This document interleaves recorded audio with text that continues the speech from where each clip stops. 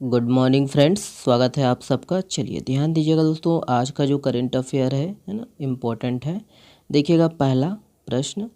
देखिए, हाल ही में चर्चित भैरव पहाड़ छत्तीसगढ़ के किस जिले में स्थित है? तो ध्यान दीजिएगा, ये प्रश्न इम्पोर्टेंट है। करेक्ट आंसर है ऑप्शन नंबर बी है, जसपुर में है। ध्यान दीजिएगा दोस्तों, जसपुर में है। चलिए याद रखिएगा, ध्यान दीजिएगा कि भैरव पहाड़ जो है जसपुर जिला में स्थित है और जसपुर जिले के बड़े जैव विविधता वाले संरक्षित जंगल भैरव पहाड़ में दोस्तों आग लगी हुई है, इसीलिए ये चर्चा में है। और भैरव पहाड़ में दोस्तों प्रसिद्ध भैरव गुफा भी है, जिसका जो है पुरातात्विक के साथ धार्मिक महत्व भी है। ध्यान दीजिएगा। और पर्यटन को बढ़ावा देने हेतु दोस्तों भैरव पहाड़ के 5 किलोमीटर के एरिया को दोस्तों घेर कर आदर्श ग्राम सोगड़ा के जंगल को दोस्तों, है ना, आदर्श ग्राम जो है सोगड़ा के जंगल में इको लैब स्थापित किया गया था और यहीं दोस्तों भीषण आग लगी हुई है। ओके, तो ध्यान दीजिएगा दोस्तों, जितने भी नए नए पहाड़ बताए जाते हैं इसको, ठीक है। चलिए ओके, नेक्स्ट प्रश्न देखिएगा, ये है। देखिए, उत्तर छत्तीसगढ़ का पहला मिलेट्स कैफ़े का प्रारंभ किस जिले में हुआ है?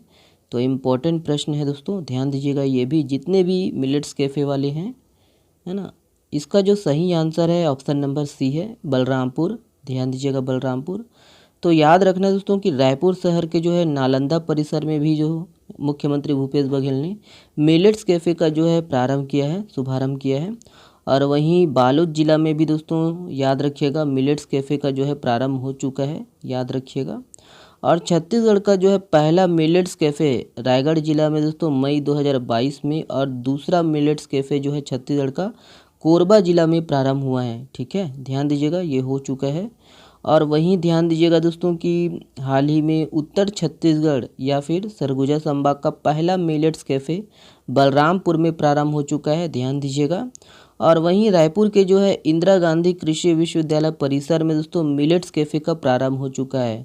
और ये देश में दोस्तों पहला मिलेट्स कैफ़े है जो किसी दोस्तों विश्वविद्यालय द्वारा संचालित हो रहा है। ओके, ध्यान दीजिएगा इसको। और वही है संयुक्त राष्ट्र संघ द्वारा दोस्तों मिलेट्स को, है ना, मिलेट्स के जो उपयोग को बढ़ावा देने के लिए इस वर्ष को, मतलब 2023 को मिलेट्स वर्ष घोषित किया गया है। ओके, तो ये सब पॉइंट है, ध्यान दीजिएगा। चलिए अगला प्रश्न ये है। देखिए, राज्य सरकार द्वारा गोधन न्याय योजना के तहत हितग्राहियों के खातों में कितने करोड़ रुपए की राशि ऑनलाइन अंतरित की है? तो यहाँ पर देखिएगा ऑप्शन दिया गया है। करेक्ट आंसर है ऑप्शन नंबर ए है, 4.40 करोड़। ध्यान दीजिएगा, याद रखना है। देखिएगा, देखिए कि मुख्यमंत्री भूपेश बघेल ने दोस्तों गोधन न्याय योजना के तहत पशुपालक ग्रामीणों, गौठानों से जुड़ी महिला समूहों और गौठान समितियों को दोस्तों 4 करोड़ 40 लाख रुपए की जो है राशि का ऑनलाइन डाला गया है। और गोधन न्याय योजना के तहत दोस्तों राज्य के हितग्राहियों को अब तक लगभग 439 करोड़ 73 लाख रुपए का जो है भुगतान किया जा चुका है। ध्यान दीजिएगा, वही है कि राज्य में जो है 15 अप्रैल 2023 तक गौठानों में दोस्तों 112.34 लाख क्विंटल गोबर की जो है खरीदी की जा चुकी है। ध्यान दीजिएगा। और गोबर विक्रेताओं से दोस्तों राशि अंतरण के पश्चात क्रय किए गए गोबर के एवज में 224 करोड़ 68 लाख रुपए का जो है भुगतान किया जा चुका है। ध्यान दीजिए। वहीं गौठान समितियों एवं महिला स्वास्थ्य, है ना, सहायता समूहों को किए गए 1.81 करोड़ रुपए के भुगतान के बाद दोस्तों 192.65 करोड़ रुपए की जो है राशि का, है ना, दिया जा चुका है ये राशि। और प्रदेश की 11,000 पंचायतों में दोस्तों 10,600, है ना, याद रखिएगा, 10,690 गौठान स्वीकृत हुए हैं, जिसमें 10,000 से अधिक गौठान पूर्ण हो चुके हैं। ध्यान दीजिएगा, याद रखना है दोस्तों कि इन गौठानों में 5,398 गौठान जो है स्वावलंबी हो गए हैं, जिनके द्वारा गोबर खरीदने के लिए 50 करोड़ 82 लाख रुपए की जो है सहायता दी गई। ध्यान दीजिएगा। और प्रदेश के 49 गौठानों में दोस्तों गोबर से पेंट तैयार करने की जो है इकाई स्वीकृत की गई है, याद रखिएगा, जिसमें से 34 इकाइयों की जो स्थापना है वो हो चुकी है, ठीक है, की जा चुकी है। और वही है 32 इकाई में दोस्तों पेंट का जो है उत्पादन किया जा रहा है। ध्यान दीजिएगा। ओके, तो ये सब पॉइंट है। चलिए नेक्स्ट प्रश्न देखिएगा, ये है, ध्यान दीजिए। देखिए, महानदी जल विवाद अधिकरण हेतु 3 सदस्यीय विधिक न्यायाधीशों को नामित किया गया है। इसमें अध्यक्ष किसे बनाया गया है? तो इम्पोर्टेंट प्रश्न है, ध्यान दीजिएगा। करेक्ट आंसर है ऑप्शन नंबर ए है न्यायाधीश श्री A.M. खानविलकर। ध्यान दीजिएगा ऑप्शन ए सही है। चलिए डिटेल से देखिएगा। ध्यान दीजिएगा दोस्तों कि महानदी के जल बंटवारे को लेकर छत्तीसगढ़ एवं ओडिशा के अपने अपने जो है दावों का समाधान करने हेतु दोस्तों महानदी जल विवाद अधिकरण के आदेश अनुसार छत्तीसगढ़ राज्य में स्थित महानदी बेसिन क्षेत्र में 2 चरणों में जो है महानदी में जल की जो है उपलब्धता एवं उपयोगिता का जो है निरीक्षण किया जाना है। और दोनों राज्यों के जो है दावों का परीक्षण हेतु दोस्तों ट्रिब्यूनल की अध्यक्ष जस्टिस A.M. खानविलकर को बनाया गया है।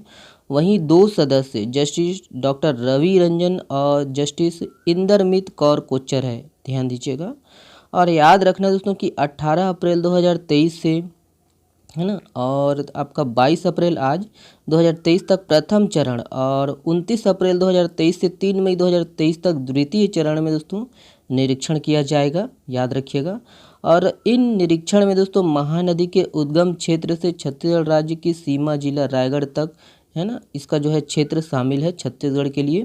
और इसके बाद उड़ीसा राज्य के महानदी बेसिन क्षेत्र में इसी प्रकार महानदी जल विवाद अधिकरण के पृथक आदेश के अनुसार निरीक्षण किया जाएगा उड़ीसा के लिए। ध्यान दीजिएगा। और छत्तीसगढ़ राज्य में दोस्तों 5 नदियां याद रखिएगा महानदी गोदावरी गंगा और ब्राह्मणी नर्मदा ये बेसिन क्षेत्र आते हैं। और छत्तीसगढ़ की 68% जो जनसंख्या है महानदी बेसिन क्षेत्र में निवास करती है जो कि दोस्तों इस राज्य की जीवन रेखा है। ध्यान दीजिएगा। और आधिकारिक स्तर पर दोस्तों दोनों राज्यों की जो है ना इस विवाद को निपटाने के लिए जो बैठक है 1973, 76 याद रखिएगा और 79 में जो है उड़ीसा राज्य और उस समय का जो है मध्य प्रदेश। ध्यान दीजिएगा जब छत्तीसगढ़ शामिल था है ना तो उस समय जो है अधिकारियों के बीच जो है ये बैठक हो चुकी है। कब कब देख लीजिएगा। ओके। और ध्यान दीजिएगा दोस्तों कि महानदी जल विवाद अधिकरण की जो है स्थापना दिनांक याद रखिएगा 12 मार्च 2018 को माननीय सर्वोच्च न्यायालय के जो है नई दिल्ली के आदेश अनुसार किया गया। ध्यान दीजिएगा। देखिए राष्ट्रीय सिविल सेवा दिवस कब मनाया जाता है तो ऑप्शन है यहाँ पर करेक्ट आंसर है ऑप्शन नंबर बी है 21 अप्रैल को। ध्यान दीजिएगा। तो याद रखना दोस्तों कि भारत में प्रतिवर्ष 21 अप्रैल को राष्ट्र की उन्नति और बेहतरी में प्रशासनिक अधिकारियों के योगदान को चिन्हित करने के लिए राष्ट्रीय सिविल सेवा दिवस मनाया जाता है। ओके। और ध्यान दीजिएगा दोस्तों कि इस वर्ष के सिविल सेवा दिवस का जो है थीम है विकसित भारत नागरिकों को सशक्त बनाना और अंतिम मील तक पहुंचाना है। ओके। देखिए माता कौशल्या महोत्सव का आयोजन कब से प्रारंभ किया जाएगा तो देख लीजिएगा दिया गया है। करेक्ट आंसर है ऑप्शन नंबर बी है 22 अप्रैल। ध्यान दीजिएगा दोस्तों 22 अप्रैल। देखिए मलबा के उचित प्रबंधन हेतु कहाँ C&D प्लांट का निर्माण किया गया है तो यहाँ पर ऑप्शन है देखिएगा। करेक्ट आंसर है ऑप्शन नंबर बी है रायपुर। ध्यान दीजिएगा दोस्तों रायपुर। देखिए मुख्यमंत्री छत्तीसगढ़ी परब सम्मान निधि योजना इस योजना की इकाई क्या होगी तो यहाँ पर ऑप्शन है देखिएगा। करेक्ट आंसर है ऑप्शन नंबर ए है ग्राम पंचायत। ध्यान दीजिएगा ग्राम पंचायत स्तर। चलिए अक्षय तृतीया को बैगा आदिवासियों द्वारा किस नाम से पुकारा जाता है तो यहाँ पर ऑप्शन है देखिएगा। करेक्ट आंसर है ऑप्शन नंबर ए है अक्ति पंडुम। ध्यान दीजिएगा अक्ति पंडुम। देखिए दुनिया के सबसे ज़्यादा आबादी वाला देश बन गया है तो कौन सा देश बन गया है देखिएगा यहाँ पर ऑप्शन है। करेक्ट आंसर है ऑप्शन नंबर बी है अपना भारत। ध्यान दीजिएगा।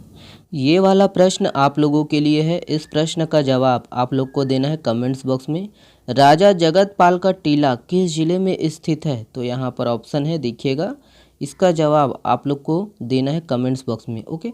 चलिए बहुत बहुत धन्यवाद। PDF डाउनलोड कर सकते हो आप हमारे टेलीग्राम चैनल से। शुक्रिया वीडियो को देखने के लिए दोस्तों। और हाँ अगर वीडियो आपको अच्छा लगता है दोस्तों थोड़ा सा भी है ना मिलता है ज्ञान ठीक है तो प्लीज़ अधिक से अधिक शेयर किया कीजिए। बहुत बहुत धन्यवाद। शुक्रिया। धन्यवाद दोस्तों।